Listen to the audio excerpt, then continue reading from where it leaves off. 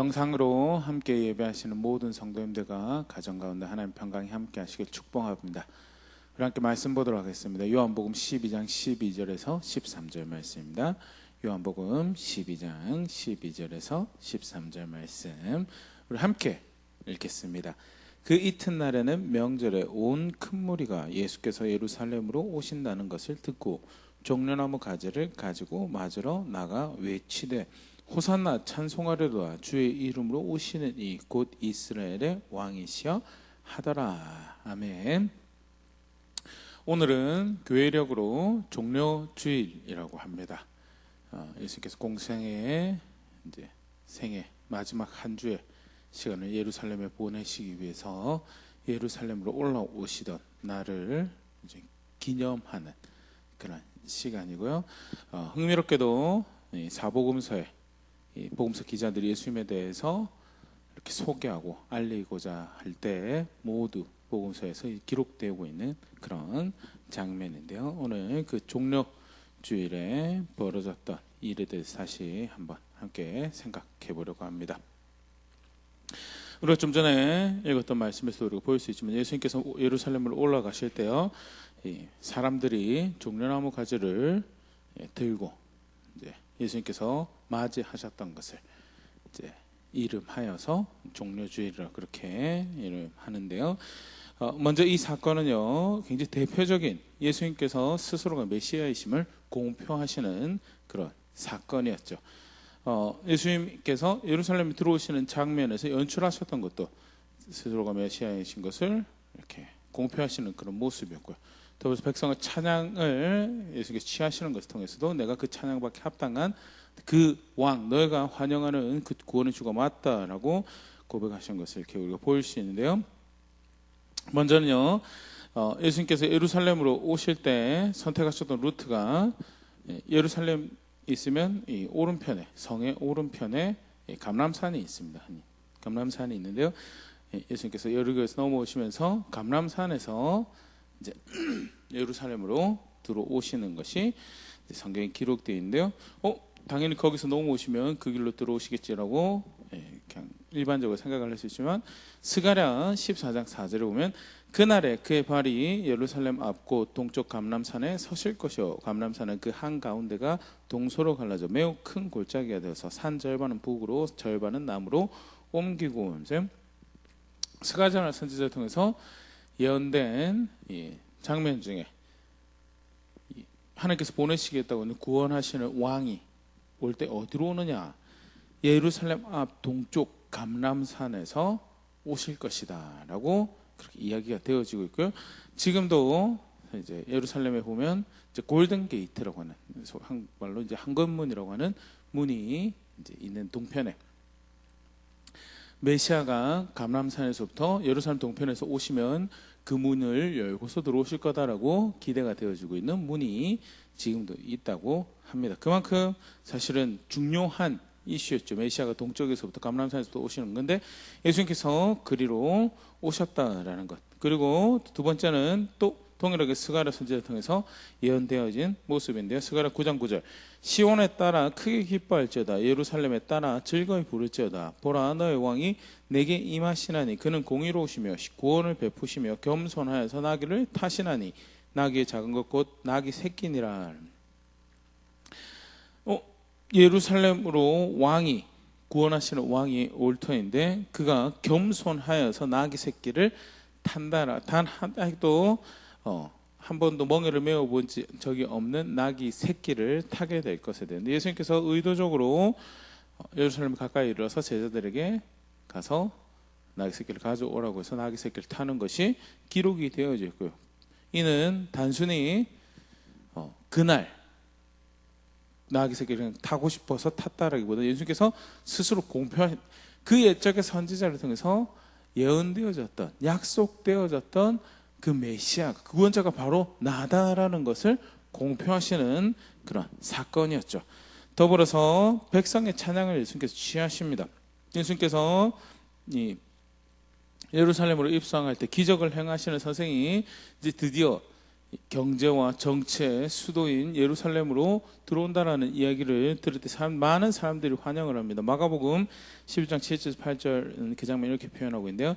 나귀 새끼를 예수께로 끌고 와서 자기들의 겉옷을 그 위에 얹어 놓음에 예수께서 타시니 많은 사람들은 자기들의 겉옷을 또 다른 이들은 들에서 벤 나뭇가지를 길에 펴며 겉옷을 이렇게 편다라는 것은 충성과 헌신을 그 대상을 향한 충성과 헌신을 고백하는 건데 많은 사람들이 나뭇가지를 들고 또 한편으로는 자기의 겉옷을 예수님께서 들어오신 길목에 놓아서 예수님께서 그것을 밟고 들어오실 수 있도록 사람들이 그렇게 환영을 하고요. 더불어서 굉장히 유명한 고백이죠. 오늘 읽었던 본문인데 요한복음 12장 13절 정련나무 가지를 가지고 맞으러 나가 외치되 호산나 찬송하려도다 주의 이름으로 오시는 이 곧 이스라엘의 왕이시여 하더라. 호산나라는 고백을 하면서 찬송을 했다라고 그렇게 기록을 하고 있는데요. 이 호산나라는 고백은요, 시편 118편 25절 26절에 나오는 구문으로 학자들에 하면 당시 이제 6월절 기간이 되면 이제 구원 6월절 구원을 기념하는 절기 동일한 구원자를 바라는 그런 고백으로 백성들이 불렀던 찬송, 찬양의 가사였다라고 합니다. 시편 118편 25절 26절 보면 여호와의 구하옵나니 이제 구원하소서 여호와의 우리가 구하옵나니 이제 형통하게 하소서 여호와의 이름으로 오는 자가 복이 있으며 우리가 여호와의 집에서 너희를 축복하였도다 라면서 이제 구원하소서라는 이 단어가 히브리어로 호산나라고 호시아나라고 얘기되어지는데요. 복음서 기자들이 이제 그 표현을 그대로 음역을 해서 기록을 한 거죠. 이제 구원하옵소서 이제 구원하옵소서 구원자가 오기를 바라며 절기에 부르는 노래였는데 그것을 예수님께 향하여 부른다는 것은 노래를 부르고 있는 이들이 1년에 그런 이해를 가지고 있었던 것에 대해서 예수님이 바로 하나님께서 보내시는 특별한 구원자가 되시는 것에 대해서 어느 정도 이해를 가지고 있었던 것 또한 그를 통해서 하나님께서 구원하실 것을 기대하는 그런 마음들이 있었던 것을 이제 보일 수 있는 장면이죠. 겉옷을 벗고 나뭇가지를 흔들고 환영하고 호산나라는 찬양을 부르고 그런데 예수님께서 그 백성들 고백을 받으시는 것이 기록이 되어 있습니다. 누가복음 19장 39절 40절 무리 중 어떤 바리새인들이 말하되 선생이여 당신의 제자들을 책망하소서 하거늘 40절 대답하여 이르시되 내가 너에게 말하노니 만일 이 사람들이 침묵하면 돌들이 소리 지르리라 하시니라. 아니 민망하지 않습니까? 바리새인들이 예수님 치게 하는 바리새인들이 예수님께 그렇게 해가지고 뭐 말도 안 되는 저런 노래를 당신을 위해서 부르는데 양심이 있으면 좀 그치라고 이야기하십시오. 이 소란이 이 소요를 그치라고 이야기하십시오라고 하는데 예수님께서 뭐라고 그러시냐면 마땅한 찬양이다라고 저들이 침묵한다면 돌들이 저들의 소리를 대신할 것이고 돌들이 소리 질러서 찬양할 것이다라고 하면서 저 나를 향한 이 고백과 환대는 아주 당연한 것이라고 하면서 스스로가 그들이 노래하고 있는 그들이 환영하고 있는 구원의 왕이 맞으면 메시아가 맞음에 대해서 간접적으로 다시 또 이렇게 시사하는 그래서 총체적으로 이런 모습들이 구원하시는 왕이 드디어 구원을 베푸시겠다고 하시는 역사적 그 장면 안으로 이 예루살렘이라고 특별한 장소로 들어오시는 것에 대해서 볼 수 있는 그런 장면이고요. 그런 측면에서 승리의 선언이다라고 표현을 그렇게 하기도 합니다. 그런데 또 그런 장면이 하나가 표현이 되고 있는가 하면요. 또 반대 측면에서는 어떤 것이 또 묘사가 되어지고 있는가 하면 요한복음 12장 16절 말씀 보면요. 제자들은 처음에 이 일을 깨닫지 못하였다가 예수께서 영광을 얻으신 후에야 이것이 예수께 대하여 기록된 것임과 사람들이 예수께 이같이 한 것임이 생각났더라 하면서 정작 환대하는 무리에서 함께 하고 있는 제자들이 이 일이 무슨 의미인지 이해를 못하고 있더라는 그러면 제자들만 이해 못하고 다른 사람들이 이해하고 있었던가 사실 이제 좀 이따 누가복음에도 보겠지만요 이해 못해요 자기들이 무슨 행동을 하고 있는지 그럼 왜 이렇게 환대를 해왔는가 요한복음 12장 17절 보면요 나사로를 무덤에서 불러내어 죽은 자 가운데 살리실 때 함께 있던 무리가 증언한지라 18절 이에 무리가 예수를 맞으며 이 표적 행하심을 들었음이로라 하면서 왜 이렇게 큰 무리가 심지어 바리새인들이 시비를 걸 만큼 큰 소리를 내며 예수님을 환영하였는가? 저 선생이 나사렛 출신인데 그럼에도 불구하고 하나님께서 하실 만한 그런 일들을, 심지어 죽은 사람도 살려내는 그런 일을 했다고 하더라. 근데 그가 이제 예루살렘으로 들어오신다고 하더라라는 그 사실 자체가 이제 기대가 되는 거죠. 정작 예수님을 통해서 베푸시려고 하셨던 그 일에 대해서는 이해를 못하고 있는 거예요. 그런데 그럼에도 불구하고 그가 행하시는 기적에 대한, 그가 행하시는 큰 힘에 대한 기대함이 있어서 그렇게 예수님을 환영을 했고요. 19절, 바리새인들이 서로 말하되 볼지어다 너희 하는 일이 쓸데없다. 보라 온 세상이 그를 따른도다 하니라. 바리새인들이 어떻게 해서든 자기들의 정치적 영향력을, 자기들의 권위를 유지하고 싶어서 예수님을 모략하고 시기하고 제거하려고, 견제하려고 했던 수고들이 아무런 이 가치가 없게 느껴지지만 그만큼 온 세상이 예수님을 따른 것 같은 그런 장면이 연출이 되는데, 정작 그 뭐 하고 있는지 그 의미를 본인들도 모르더라라는 거예요. 조금 더 그것을 이제 또 다른 측면에서 묘사를 하고 있는 게 누가복음 19장 41절 44절 말씀입니다. 똑같은 그 종려 주일에 벌어지는 일인데요. 41절, 가까이 오사 성을 보시고 우시며 이르시되 너도 오늘 평화에 관한 일을 알았더라면 좋을 뻔하였거니와 지금 너의 눈에 숨겨졌도다. 날이 이를지라 너의 원수들이 토돈했었고 너를 둘러 사면으로 가두고 또 너와 및 그 가운데 있는 너의 자식들을 땅에 메어치며 돌 하나도 돌 위에 남기지 아니하리니 이는 네가 보살핌 받는 날을 알지 못함으로 인함이라 하시니라. 예수님께서는 분명히 말씀하시면 저들이 알지 못하고 지금 자신들이 하는 일을 알지 못해요. 정작 예수님께서, 하나님께서 하나님의 아들이신 예수님을 통해서 베푸실 평화에 대해서는 정작 관심도 없고 마음도 없고, 그러면 무엇으로 인해서 환영하고 소리 지르고 하는가? 자기들이 기대하는 자기들의 평화를 위해서. 죽은 사람까지 살리시는 유대인 선생이 예루살렘에 들어온다고 하더라.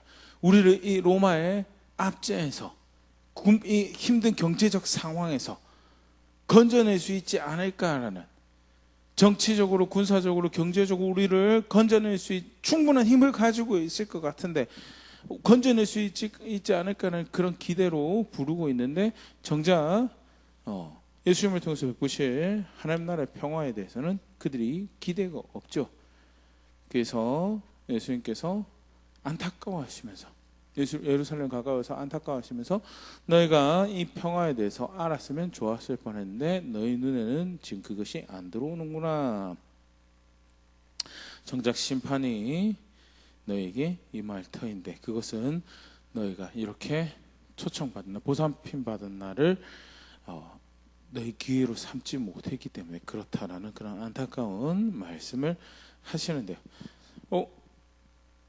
여기서 이제 우리 한 가지 더 보고 싶은 것은, 그럼에도 불구하고 예수님은 묵묵히 해야 할 일을 하시더라라는 것. 사실 단 일주일 후에 이 목소리, 일주일도 채 지나기 전에 이 환대하던 목소리가 어떻게 바뀔지 예수님은 누구보다 잘 알고 계셨어요. 십자가 못 박으라는 목소리에 동조해서 십자가 못 박고 저주하고 하는 일에 참여하는 목소리도 있을 거고요. 그 예수님을 적대하는 목소리에 침묵해버리는, 아니 이렇게 환대를 했으면 적어도 예수님 변호하는 자리에 있고, 아니 그냥 인간적인 계산 셈으로 하더라도 불과 일주일이 지나기 전에 분명히 그들의 입술 큰 소리로 예수님을 환영을 했었는데, 정작 예수님께 십자가에 못 박히실 때는 그의 편에 서는 사가 하나도 없었다라는 것이 사실은 성경에서 묘사하는, 누구보다 예수님께서 그걸 잘 알고 계셨고요. 한편 그렇다고 한다면 정작 환대하는 백성 사이에, 그들의 종려나무 가지 나무까지 사이에 그들을 걷어서 밟고 가는 그 길이 어떻게 보면 굉장히 이렇게 모욕적인, 실제 그들은 예수님을 보고 그 환대를 하고 있는 것이 아니라 자기들이 만들어낸 허상을 향해서 환대를 하고 있는, 자기들의 기대를 향해서 환대를 하고 있는 거지, 정작 하나님께서 보내신 하나님 아들을 향해서 환대를 하고 있던 것이 아닌데, 그럼에도 불구하고 예수님은 분명하게 걸어가야 될 길을 걸어가시죠. 따라야 할, 존중해야 될 목적이 있음을 분명히 보이십니다. 요한복음 12장 27절 28절 지금 내 마음이 괴로우니 무슨 말 하려 아버지여 나를 구원하여 이때를 면하게 하여 주옵소서. 그러나 내가 이를 위하여 이때에 왔나이다. 28절 아버지 이름 영광스럽게 하옵소서 하시니 이에 하늘에서 소리가 나서 이르되 내가 이미 영광스럽게 하였고 또다시 영광스럽게 하리라 하시니. 물론 딱 이 장면에서 예수님께서 하신 고백은 아니죠. 근데 예루살렘에 들어가시고 난 다음에 하시는 고백이죠. 내가 이때를 위해서 왔습니다. 그게 사실은 예수님께서 예루살렘의 그런 상황에도 들어가신 목적이고 이유죠. 더불어서 존중해야 될 목적이고 그러기에 따라야 할 법이 있음을 잘 보여주시는 예수님의 걸음이고 선택이죠. 요한복음 15장 10절 내가 아버지의 계명을 지켜 그의 사랑 안에 거하는 것 같이 너희도 내 계명을 지키면 내 사랑 안에 거하리라. 예수님 걸음걸음 삶을 이렇게 선택하시는 방편 하나하나는 그 백성들 사이에서 걸어가시면서 메시아임을 공언함에도 불구하고 알아듣지도 못하고 알아보지도 못하는 백성들 사이에서 그럼에도 불구하고 나는 존중해야 될 목적이 있고 그러기에 아버지 계명을 쫓아서 지금 예루살렘 들어간다고 고백하시는 것은 존중해야 될 분명 목적을 그리고 그러기에 내가 살아야 할 길이 하나님 말씀이 분명히 있음에 대해서 다시 이렇게 볼 수 있는 그런 고백을 남기신 걸 볼 수 있는 그런 장면이고요. 사실 이제 종료주일 우리 꼭 생각해야 될 모습 중에 하나죠. 우리의 신앙의 본은 제자인 모든 성도와 교회의 본으로 무엇이 하나님을 섬기는 바른 모습인가 존중해야 될 목적이 있고 따라야 할 법이 있다. 그것은 어떤 상황이든 어떤 문화든 어떤 문제든 상관이 없이 그게 하나님을 섬기는 신앙의 모습이다라는. 우리가 사실 왕왕 쉽게 신앙생활을 또 하나님 섬긴다라는 것을 이벤트로 생각하는 경향이 많이 있습니다. 주일날 어떤 이벤트를 하고 또 주중에 어떤 이벤트를 하고 그리고 그 외에는 이제 그 이벤트를 하고 나면 하나님 섬긴 거 다 한 거야. 네, 성경 절대 그것을 신앙이라고 하나님 섬기는 걸 가르치고 있지 않죠. 오늘 예수의 모습도 그렇죠. 이벤트를 하는 것이 아니고 묵묵하게 하나님께서 하라고 하신 일을 하는 것, 지속적으로 그렇게 자기 자리를 지켜가는 그것이 하나님 섬기는 것이 신앙인 것에 대해서 깨닫지 못하는 어떻게 보면 굉장히 모욕적일 수 있는 그런 자리. 사람들이 막 자기를 향해서 환영한다라고 하는데 그렇게 노래를 부르고 환대한다라고 하는데 그렇게 충성과 헌신을 바치는 고백들을 하는데 그게 다 사실은 가짜인 거예요. 그럼에도 불구하고 그 사람들의 인정이 있든지 사랑이 있든지 상관이 없이 존중해야 될 목적과 따라야 될 법에 따라 묵묵하게 걸어가는 것, 그게 예수께서 보여주신 하나님 섬기는 모습이고 우리가 우리 신앙을 기독교 신앙을 이해할 데 있어서 이 중요한 한 장면이죠. 더불어서 종료주일날 우리가 이제 거의 사실 매해 이 부분을 함께 살펴보고 있는데요. 분명히 존중해야 될 목적이 있고 따라야 할 법이 있습니다. 그럼에도 불구하고 그거 상관없이 자기들이 믿고 싶은 거 믿더라라는 거예요. 오늘 장면도 사실 마찬가지예요. 예수님께서는요 이제 예루살렘에서 죽으시기 위해서 그래서 죄에서 그들을 건져내시기 위해서 그 길을 걸어가고 있는데 똑같은 모습을 보고 있으면서도 다른 꿈을 꾸는 거예요. 정치적으로, 군사적으로, 경제적으로 건져줄 그 해방을 기대하는 거예요. 다른 꿈을 꿀 수 있다는 거예요. 실제로 예수님께서 이 땅에 오셨을 때 많은 표적들을 행하시죠. 오늘 우리가 앞에 살펴봤던 나사로의 경우도 그렇고요. 나사로를 죽은 자 가운데 살리신 것은 예수님께서 생명이고 부활하신 것을, 그리고 하나님께서 베푸시는 구원이 바로 이 예수님이신 것을 분명히 보여주는 사건이 죽은 나사로를 살리시는 그런 사건이었죠. 그런데 백성들은 그 사건을 표적이라고 보여주셨는데 하나님께서 행하시고 있는 일이 무엇이며 그리고 이것을 행하시는 이분이 누구이신가를 보여주는 사인으로 보여주신 건데 백성들이 보고 싶은 건 뭘 받느냐? 기적을 베푸는 힘을, 자신들이 원하는 것을 해줄 수 있는 힘을 본 거고요. 표적과는 상관이 없이 이 힘이면 우리를 더 윤택한 삶으로 인도해 줄 수 있구나. 그걸 기대한 거죠. 사실 성경에 이런 모습들이 많이 이렇게 등장을 합니다.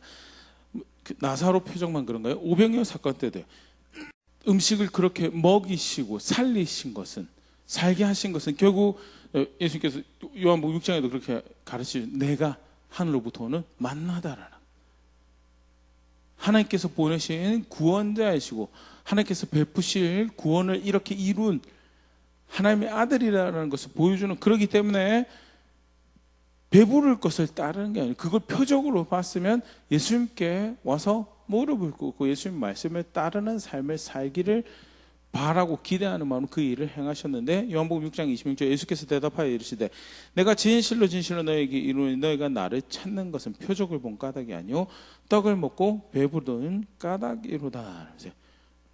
이 선생님 따라가면 또 우리의 배를 불려줄 수 있겠다라는 것 아니죠. 사실 그걸 목적으로 하는 게 아니었죠. 와서 무릎 꿇으라는 거예요.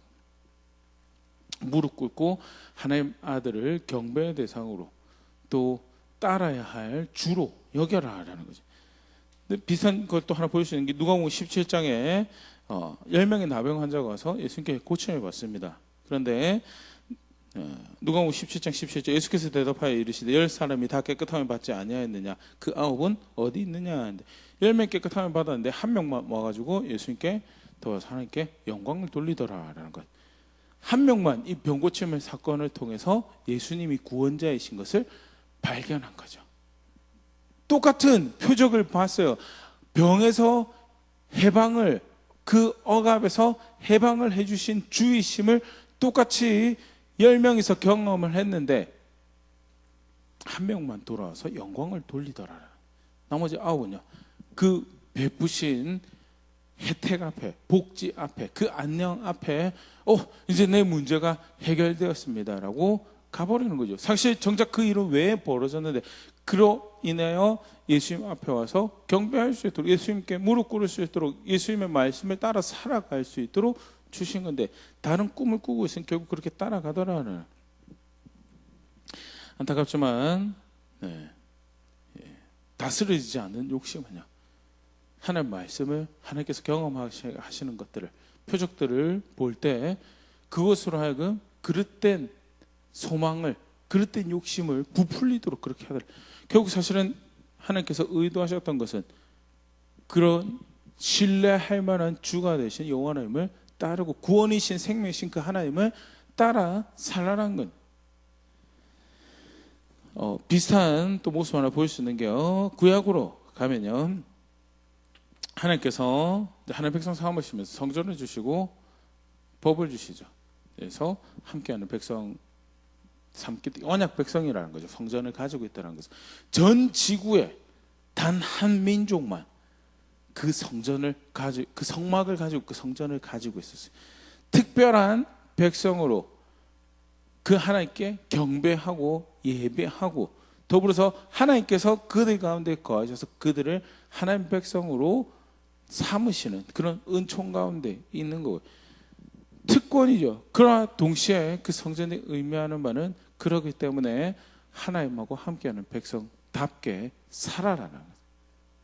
그래서 일주일에 한 번씩 정한 자리에 나와서 제사하며 거룩하신 하나님을 섬기고 있음에 대해서 거룩함을 향한 열정과 동기를 다시 회복하고 나아가서 그 하나님께서 살라고 주신 그 땅에 거주하면서 살 동안에 거룩함을, 구별됨을, 순전함을 살아가는 것이 사실 그 성전이 그 백성 가운데 거하면서 하나님께서 목적하신 바이죠. 근데 특별한 백성입니다. 하나님이 우리 가운데 이렇게 있습니다. 그 다음에 마땅히 그 다음 살아야 될 거룩한 삶이 없는, 그걸로 특권 삼고 그걸로 하나님, 그래서 우리는 하나님께 그렇게 사랑받고 그 다음에 어디로 가냐, 방종으로 가죠. 대표적인 세대가 예레미야 선지자가 활동하던 세대고 하나님께서 거기에 대해서 지적을 하시죠. 예레미야 7장 3절에서 7절 만군의 여호와 이스라엘의 하나님께서 이와 같이 말씀하시되 너희 길과 행위를 바르게 하라. 그리하면 내가 너희로 이곳에 살게 하리라. 너희는 이것이 여호와의 성전이라 여호와의 성전이라 여호와의 성전이라 하는 거짓말을 믿지 말라.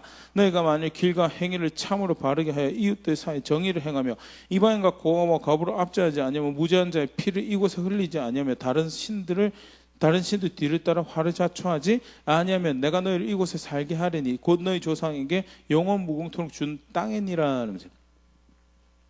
성전을 준 것은 함께하는 그 거룩하신 하나님을 기억해내고 그래서 그 하나님을 섬기는 자리에 있도록 한 건데 성전이라 요 하나님의 임재가 우리 함께하고 있습니다 가지고 방종하는 거죠. 그래서 정말 행해들 길과 행위를 참으로 바르게 하지 않고 정의를 행하지 않고 긍휼히 여겨야 될 사람들이 긍휼히 여겨주고 그게 결국 사실 할 말씀 따라 살아가는 거죠. 말씀 따라 살아가지 않으면서 하나님 우리 함께 하십니다. 하나님 이곳에 하나님의 임재가 있습니다. 이곳에 하나님의 임재가 있습니다. 하나님께서 임재하시겠다고 하신 지성소가 있고 언약궤가 거기 있습니다라고 하는 말 거짓말이다. 거짓말. 사실 처음 애시당초 성전이 세워질 때 솔로몬을 통해 다시 확인한 게 있었죠. 그 명령과 규례에 따라 지켜 행하면 아버지 다윗에게 했던 약속은 내가 너에게 이루겠다라고 하셨다. 명령과 규례를 따라 행하지 않으면 큰 성전을 가지고도 수치를 당한 자리에 있겠다라고 했는데 정작 성전 가지고 다른 꿈을 꿨죠. 다른 꿈을 꿨어요. 하나님은 그것을 통해서 거룩한 백성, 섬기는 주의 정의로움과 섬기는 하나님의 그 선하심을 신실하심 드러내 백성으로 인도에 가시려고 두신 그 아름다운 도구를 그런 식으로 사용하더라는 초대교회도 비슷한 일이 벌어지죠. 디모데전서 1장 18절 20절 아들 디모데야 내가 너에게 이 교훈으로서 명하노니 전에 너를 지도한 예언을 따라 그것으로 선한 싸움을 싸우며 믿음과 착한 양심을 가지라. 어떤 이들이 양심을 버렸고 그 믿음의 가나에는 파손하였느니라. 그 가운데 후메네오와 알렉산더가 있으니 내가 사단에게 내준 것은 그들로 훈계를 받아 신성을 모독하지 못하게 하려 함이라. 믿음을 가지면 구원받고요. 맞죠? 내주하신 성령도 있고 무엇보다 그 하나님 나라에 대한 확신으로 걸음걸음 살아갈 수 있죠. 근데 그렇게 구원받아서 하나님 백성이 됐다라는 것은 그러기에 그 주가 명령하신 그것에 따라서 거룩함을 살아가도록 순전함을 살아가도록 무엇이 하나님 앞에 정결한 것인가 그거 고민하며 그걸로 구원받는 거 아니지만 구원받은 자격 없는 우리를 사랑하셔서 그의 백성 함께 하신 그 하나님을 깊이 사랑하고 감사함으로 그가 기뻐하신 것을 따라 살아가는 것이 그게 진정한 믿음이고 바른 것인데 믿음을 가졌다고 하면서 양심을 버리는 거야.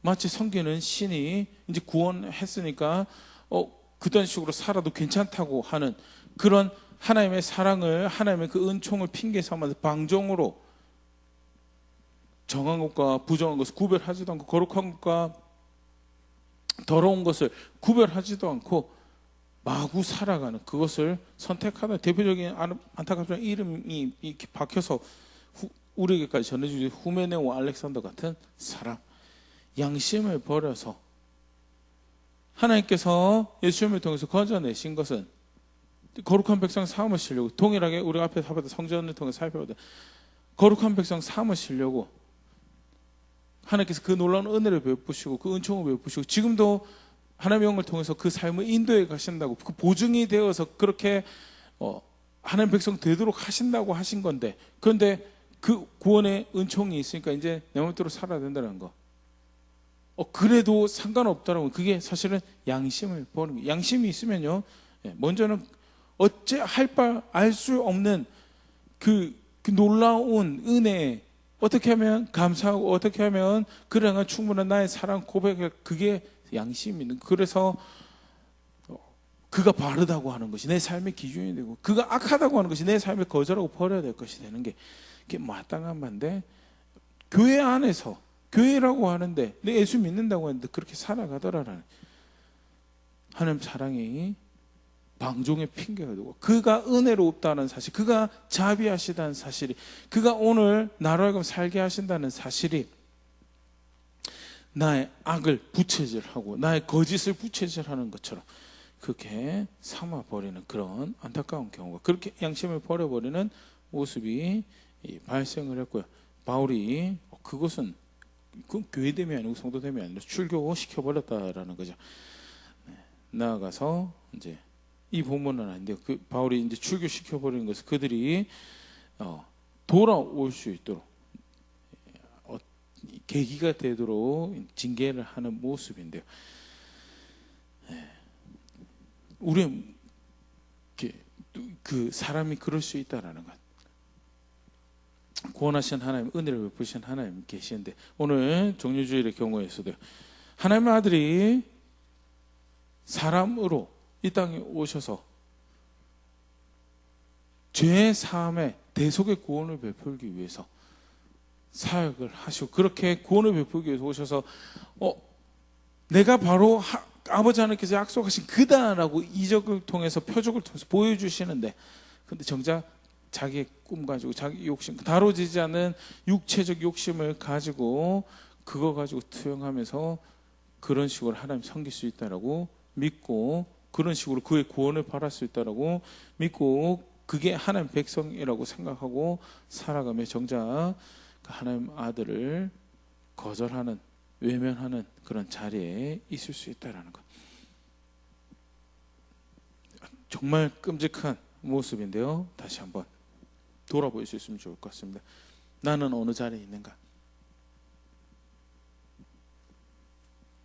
그 은혜로우심을, 그 사랑을 핑계 삼아 정작 다른 기대를 가지고 다른 만족을 쫓아, 다른 구원을 쫓아서 살아가고 있지는 않는지, 그리고 그 문제 해결해 주지 않는 걸로 인해서 하나님 어디 계십니까로, 아니 물론 사람인지라 문제 앞에서 그렇게 마음이 깨어지고 또 겸손할 수 있는 계기가 된다면 그건 굉장히 아름답죠. 그런데 문제는 정작 그 문제로 인하여 하나님을 향해서 강박함과 완고함을 표현하게 된다면요, 굉장히 그릇된 자세를 가지고 있는 이 상태라는 건데, 말씀과 잠깐만 다시 돌아볼 수 있으면 좋을 것 같고요. 예수님 당시에도 그렇고요. 사실 많은 세대에서 이런 모습들을 성경에서 찾아볼 수 있다는 것은 결국 우리가 이러한 이슈에서 자유롭지 않다라는 건데, 그런 부분을 경각심 가지고 한번 또 말씀까지 돌아볼 수 있으면 좋고, 더불어서 그 상황 가운데서도 존중해야 될 목적이 있는 거예요. 거룩한 백성 삼으시는, 또는 예수님 경우에는 대속의 구원을 베푸시기로 작정하시고 그 뜻을 펼쳐가시는 하나님의 목적이 분명히 있고, 또 그것을 펼쳐가시는 하나님의 방법이 있는 거예요. 그 말씀을 따라서 겸손하게 예루살렘 동쪽이면 예루살렘 동쪽에 서시고, 나귀 새끼면 나귀 새끼를 타시고, 허상을 향해서 자기 자신의 허상을 향해서 환호하는 백성들 사이지만, 그럼에도 그게 자신이 가야 할 길이면 그렇게 묵묵하게 가는 것이, 그게 결국 사실은 우리가 본받아야 될 신앙이다는, 결코 내가 만들어낸 허상 쫓아가는 것이 아니고 존중해야 될 목적과 따라야 될 법을 따라 갈아가는 것이, 그 예수님의 본을 따르는 제자 되는 모습이다라는 것. 나는 어느 자리에 있는가 다시 정직하게 살펴보면서 그 순전하게 끝까지 순종하심으로 사랑하셨던 예수님 모습이 우리의 동기가 되고 열정이 되어서 흠모함으로 그 모습을 하나하나 닮아가고 배워가는 자리에 있는 그런 우리가 될 수 있으면 좋을 것 같고요. 또 오늘부터 해서 이제 고난주간 다시 한번 더 그 베푸신 구원을 생각을 해볼 텐데요. 다시 한번 더 그 주를 향해 열정을 품을 수 있는 우리 시간들 될 수 있으면 좋을 것 같습니다.